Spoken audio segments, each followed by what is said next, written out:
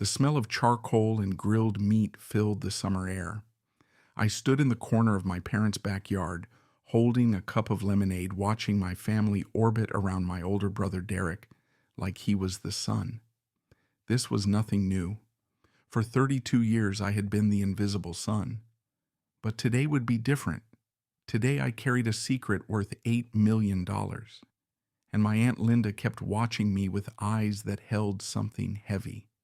Something was about to break. Before we dive into this story, let me know where you are watching from in the comments below. If stories about family secrets and silent comebacks speak to you, hit that like button and subscribe to the channel. Trust me, what my aunt revealed at this barbecue changed everything I thought I knew about my own family. My first real memory of being invisible happened on my 8th birthday.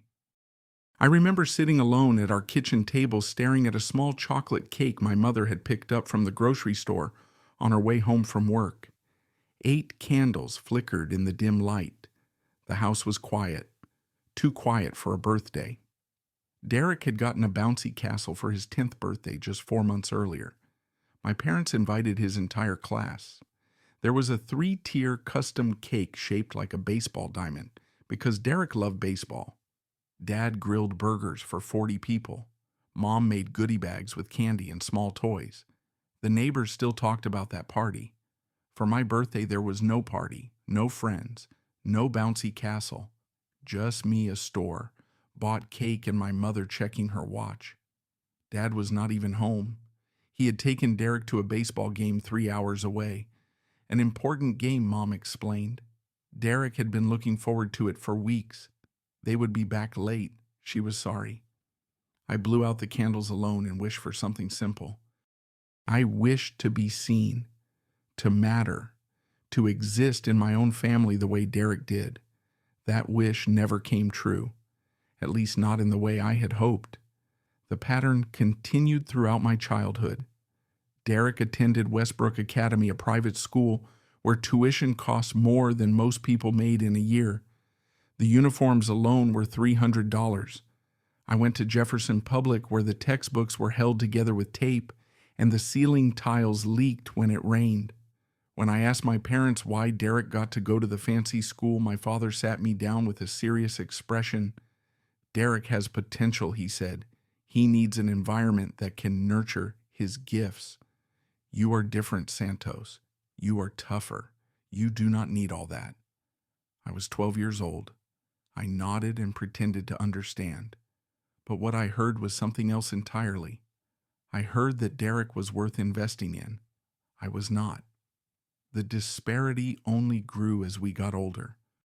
On his 16th birthday, Derek received a brand new Ford Mustang Cherry Red parked in the driveway with a giant bow on top. He posted pictures on social media. Everyone at school saw them. My parents beamed with pride. On my 16th birthday, I got a used bicycle and a card with $20 inside. The bicycle had a rusty chain. I was grateful anyway because I had learned by then not to expect much. I rode that bicycle to my first job washing dishes at a diner 2 miles from our house. I saved every paycheck. When I was 17, I bought my own car for $800.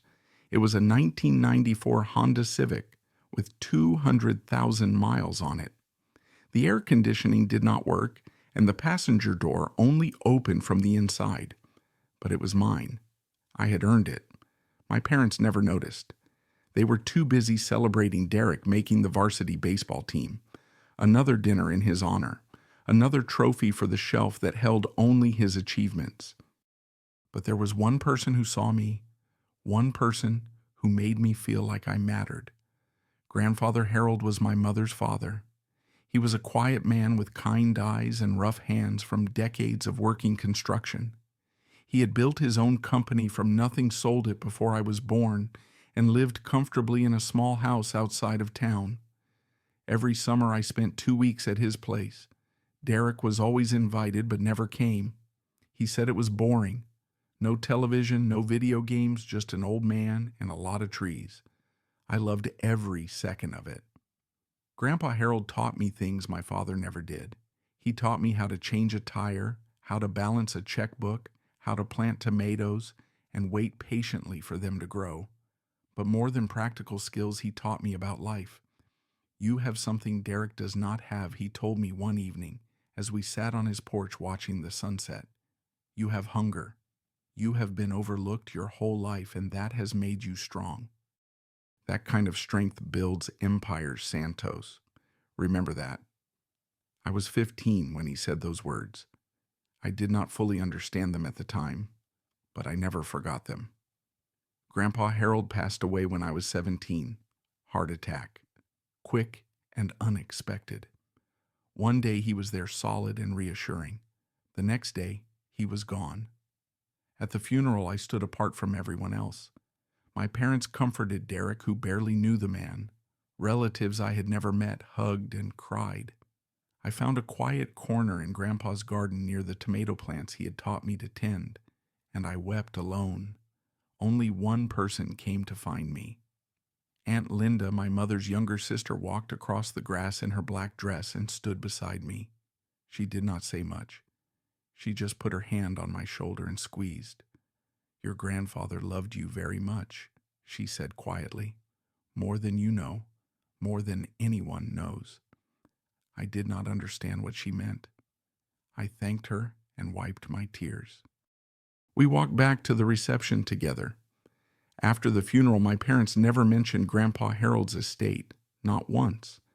I assumed there was nothing to discuss. He had lived simply.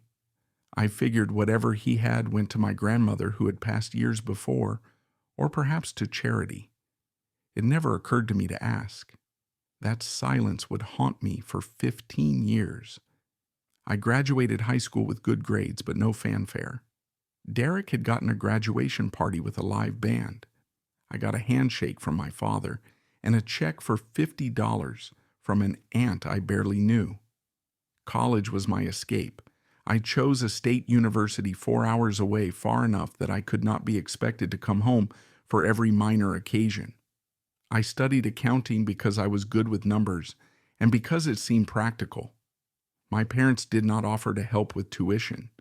Derek, I later learned, had his entire education paid for, including an apartment near campus and a monthly allowance. I took out $47,000 in student loans.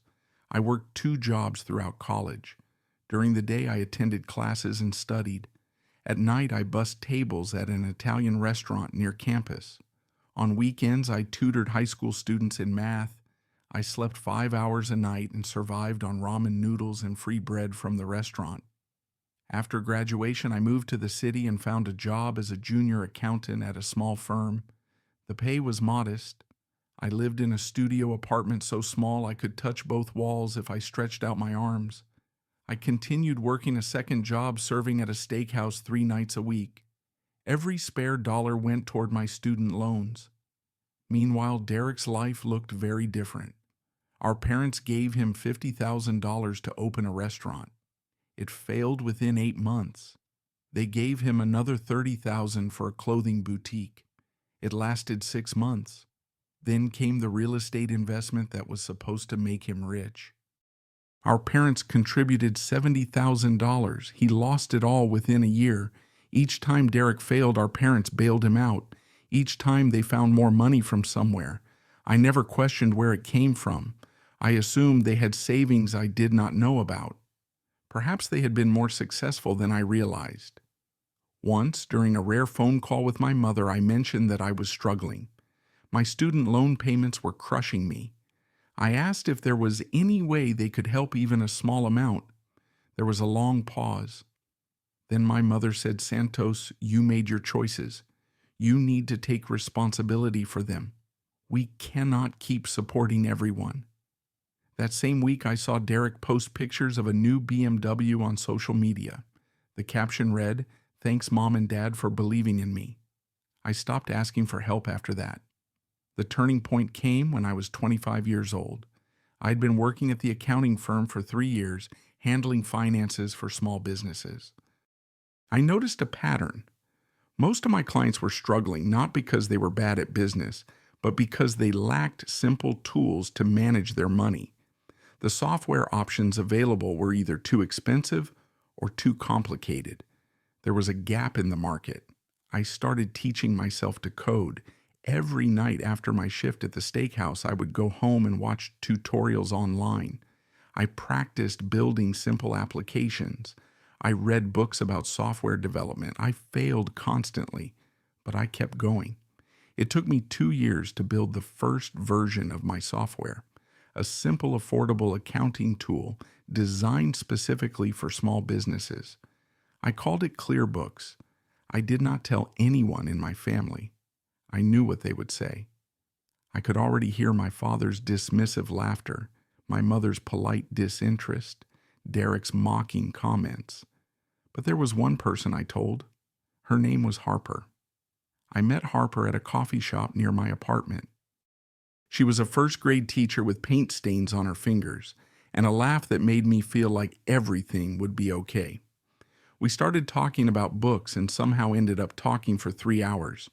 I asked for her number. She gave it to me. Harper became my anchor. She did not care that I lived in a tiny apartment or drove a beat-up car. She did not care that my family treated me like an afterthought. She saw me for who I was, not who my family thought I was. When I told her about ClearBooks, she did not laugh. She asked questions. She offered suggestions. She stayed up with me on countless nights when I was debugging code until 3 in the morning, keeping me company with cups of coffee and quiet encouragement. "I love the man you are becoming," she told me once. "Not the man your family thinks you are, the real you." Those words carried me through the hardest years. ClearBooks launched when I was 28. The first year was slow. I had maybe 50 clients, mostly small businesses I had cold called or found through online forums. But the software worked. People liked it. Word spread. By 29, I had 500 paying customers. I quit my job at the accounting firm and focused on ClearBooks full time. By 30, a major tech company offered to buy me out for $4.2 million. I said no. It was the scariest decision of my life. But Grandpa Harold's voice echoed in my head. Hunger builds empires. I was not done building yet. By 32, ClearBooks had over 10,000 customers. Annual revenue exceeded $3 million. I owned the company outright. No investors, no partners. My net worth on paper was approximately $8 million. And still my family had no idea. I never told them. I kept driving my old Honda Civic. I wore the same clothes I had worn for years. When I saw my parents at holidays, they asked how work was going. I said it was fine. They nodded and changed the subject to Derek. Harper and I bought a house together, a modest 3-bedroom in a quiet neighborhood. We kept our lives private.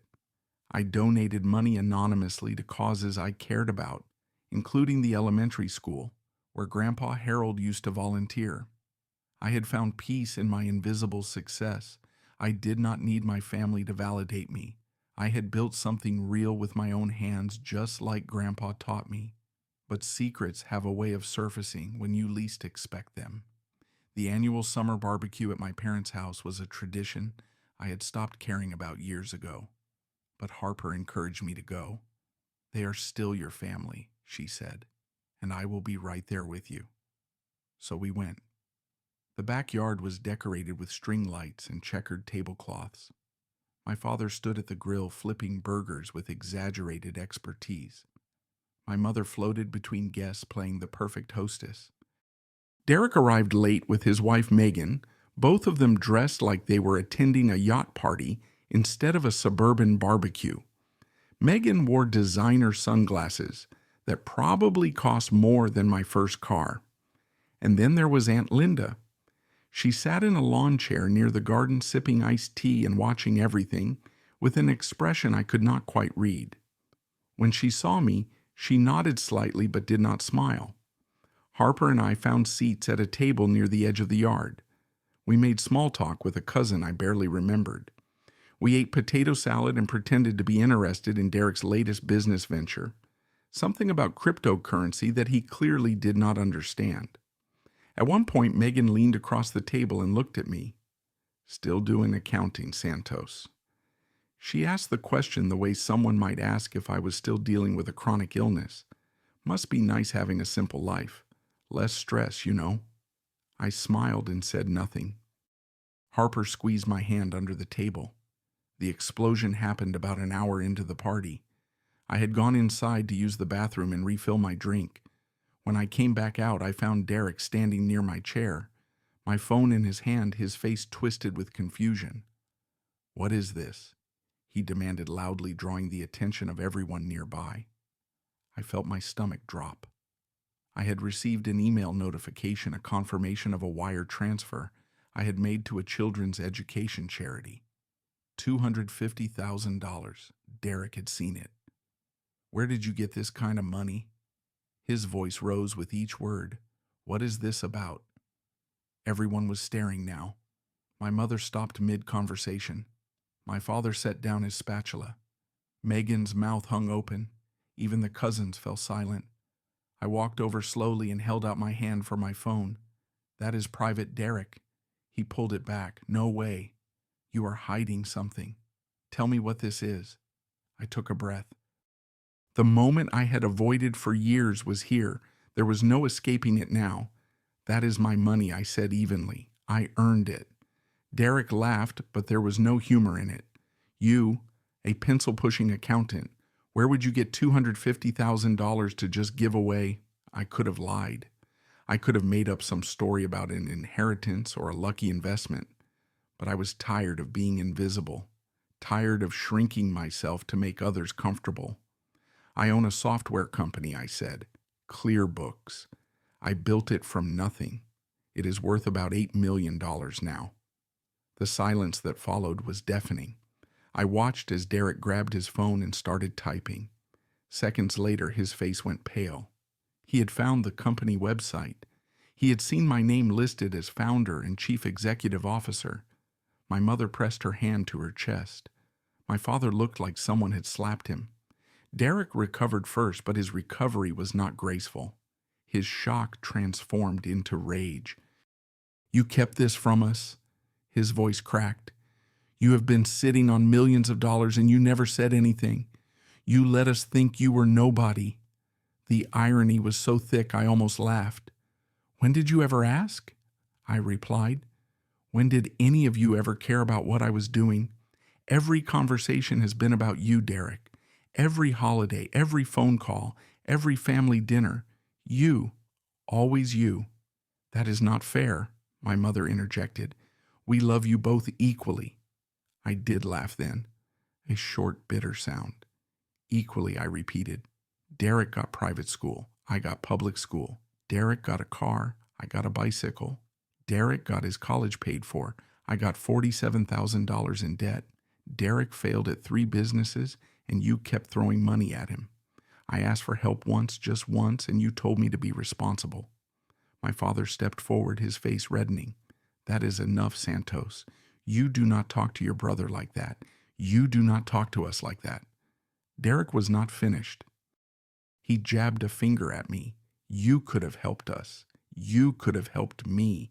Do you know how hard it has been trying to build something while you sat there with millions in the bank?" Before I could respond, another voice cut through the chaos. "Enough." Aunt Linda had risen from her chair.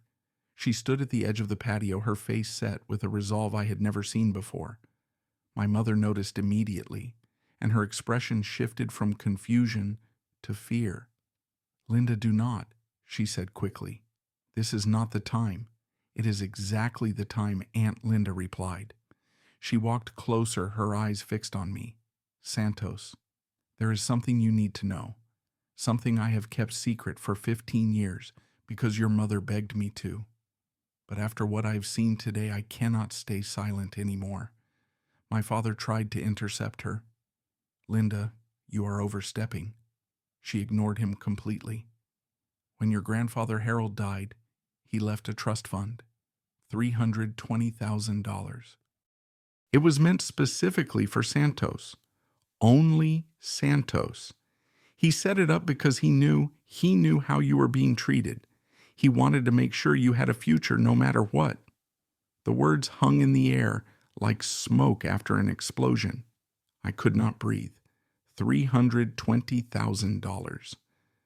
From Grandpa, Aunt Linda continued, her voice steady but heavy with emotion. The trust was supposed to be released to you when you turned 18. But your parents... She looked at my mother with something close to contempt. Your parents went to court. They got themselves named as trustees. And then they drained the account, every penny. By the time you were 20, it was gone. Gone, where I heard myself ask. Linda turned to Derek, who had gone completely still. Where do you think private school tuition? A new car when he turned 16? College expenses? And those businesses that kept failing? Your inheritance paid for all of it. Every single thing Derek has ever had was bought with money that belonged to you. For a moment, nobody moved. The only sound was the distant sizzle of forgotten burgers on the grill. Then Derek spoke, his voice small for the first time in his life. I did not know. He looked at our parents with disbelief. You told me that money came from your savings, from investments. My mother was crying now. We were going to pay it back. We always planned to pay it back. But Derek needed it more. Santos was always so capable. He did not need the help. I stared at my parents, these people who had raised me, who had chosen over and over again to sacrifice my future for my brother's comfort.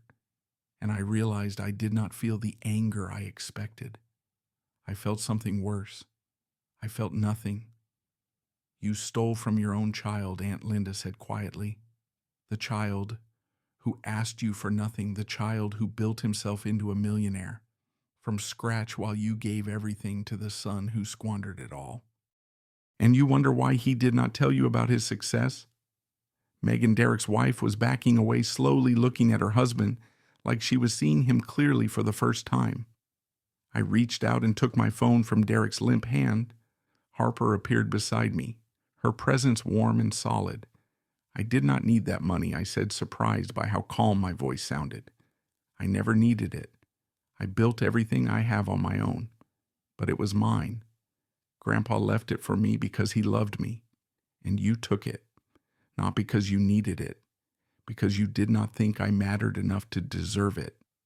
I turned and walked toward the gate, Harper's hand in mine.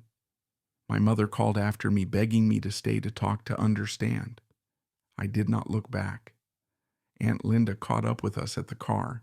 She hugged me tightly, this woman who had carried a secret for 15 years because she was waiting for the right moment. Your grandfather would be so proud of you, she whispered. You became everything he knew you could be. I thanked her. I meant it. And then we drove away.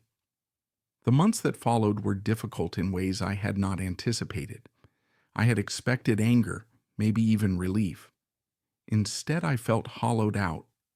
The last thread of hope I had unconsciously held, the hope that my parents might someday truly see me and love me equally, had been severed completely.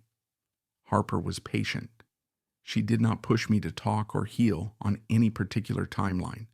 She was simply there, steady and unwavering, exactly as she had always been. Derek tried to contact me once, about 3 weeks after the barbecue. He did not apologize. Instead, he launched into a defensive explanation about how he had never known about the trust fund, how none of this was his fault, how I was being unfair by blaming him. I hung up without responding. I learned later from Aunt Linda that Derek and Megan had separated. Apparently, the revelation at the barbecue had shattered more than just family illusions. Megan could not look at Derek the same way after discovering that his entire lifestyle had been built on stolen money. My parents sent letters. They left voicemails.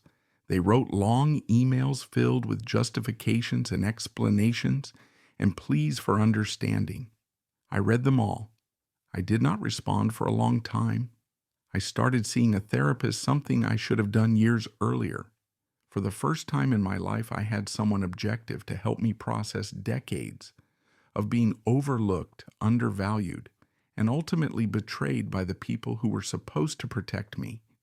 The therapist helped me understand something important. My parents' choices said nothing about my worth. Their inability to love me fairly was their failure, not mine.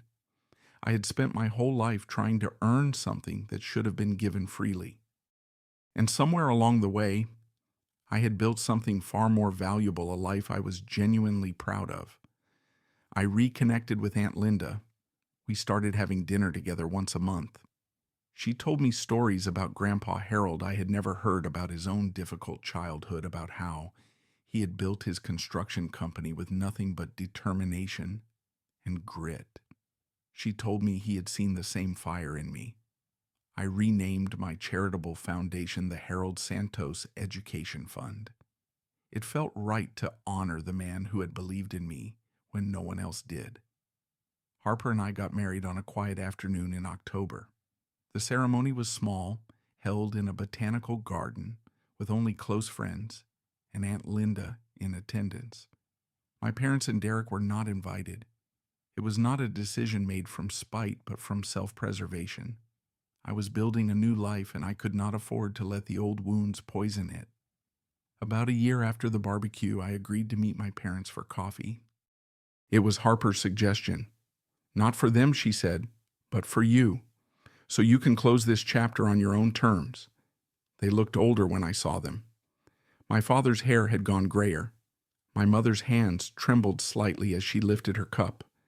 They both seemed smaller, somehow diminished by the weight of what had been exposed.